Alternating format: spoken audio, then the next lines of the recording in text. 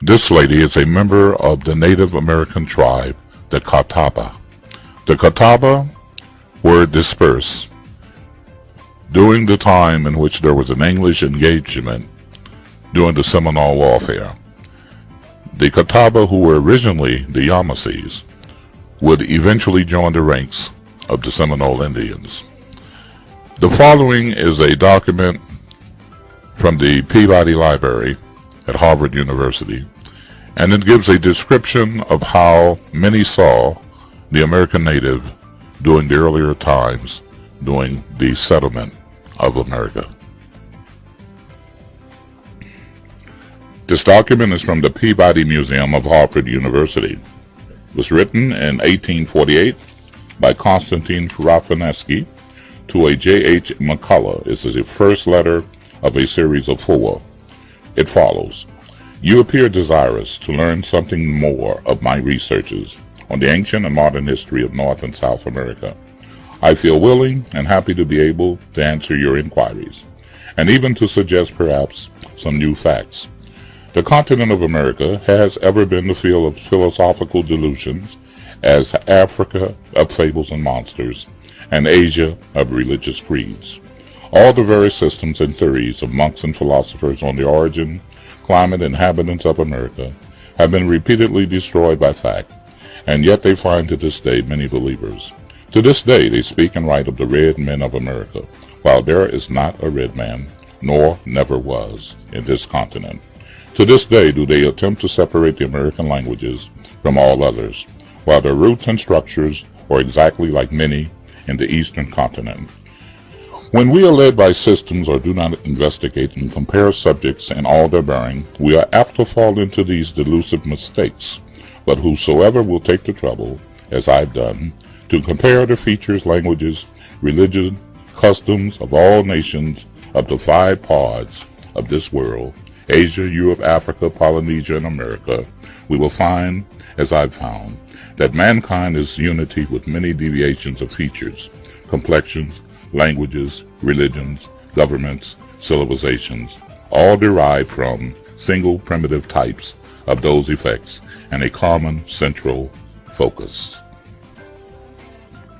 Dr. Rafinescu go on to say, the Native American Negroes, or Black Indians, have been seen in Brazil, Guyana, Caracas, Popayan, Chocho, North California, and some of them, each at the Auroras of Caracas, were black, but with fine features and long hair like the Jallops and Galas of Africa.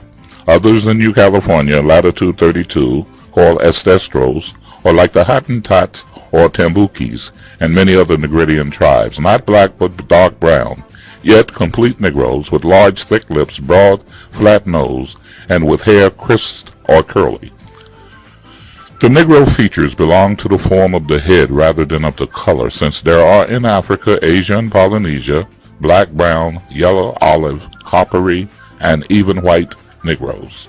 The American Negroes of Curanca in Chocho, the great level plain 900 miles long, 90 miles wide, separating the Andes of South America from the mountains of Panama, were black and with woolly hair in 1506.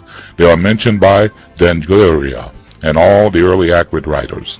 The last 2 travelers who have seen these Negroes are Stevenson, 20 years travel in South America, and he published his book in London in 1825, and Molian, who traveled in Colombia, who published his book in Paris in 1824.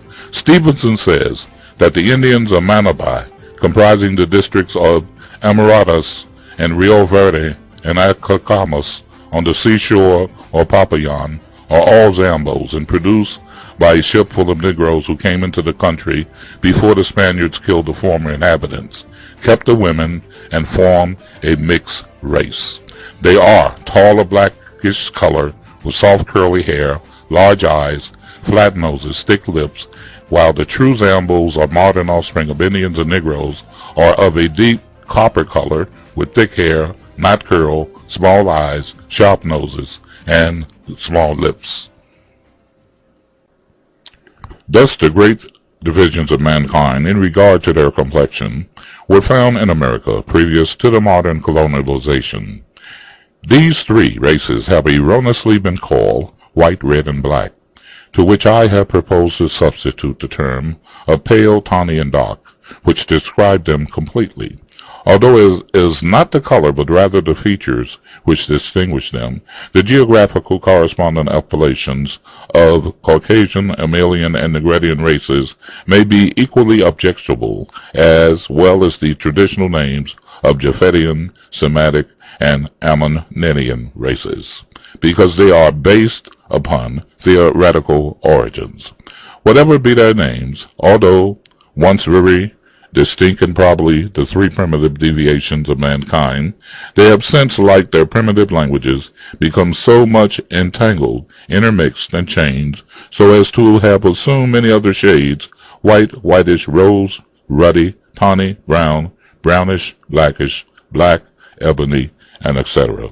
A similar confusion and intermixture has occurred with language, which have split from primitive stock into mother tongue, dead Holy Written, and spoken languages, dialects, and subdialects. Thus, in this course of time, producing all the immense varieties of speech that have existed, or do yet exist, all of which can, however, be traced to each other by comparative philosophy, deeply searched in spite of theories and the apparent confusion of diversity and difficulty, written in May of 1828 by Konstantin Rafinesky.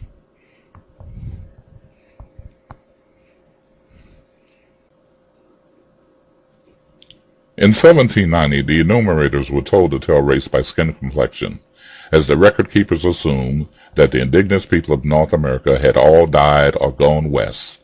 There had to be a category for these people that were left over.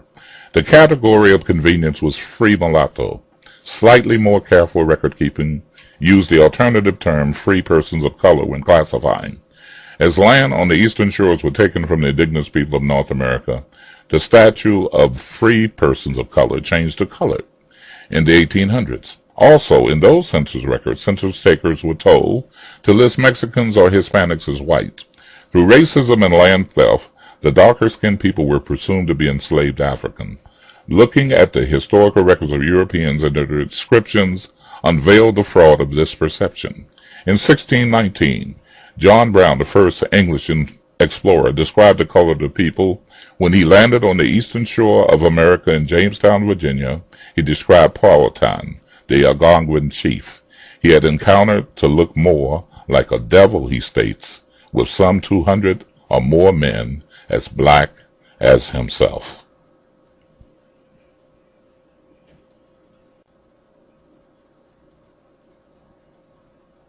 In the books, Letters, and Notes on the North American Indigenous People of North America, written in 1841 by author George Cartlin, a noted ethnographer, describes American Indigenous People of North America as: all primitive tribes known in America are dark copper-colored with jet black hair, while most possess curls in the extreme, which today is considered nappy hair, and every level of wavy hair in between. The texture of the hair is generally fine, soft or silk, or coarse and harsh. Catlin also noted the hair of the men falling down to the hams and sometimes to the ground is divided into plaits or slabs 2 inches wide and filled with a profusion of glue and earth, which becomes very hard and remains unchanged from year to year. Today, this form of hair is called locks. You can obtain a more legible copy of these documents by going to my channel page, J.C. Smith Jr., and clicking on Ancient Black Americans.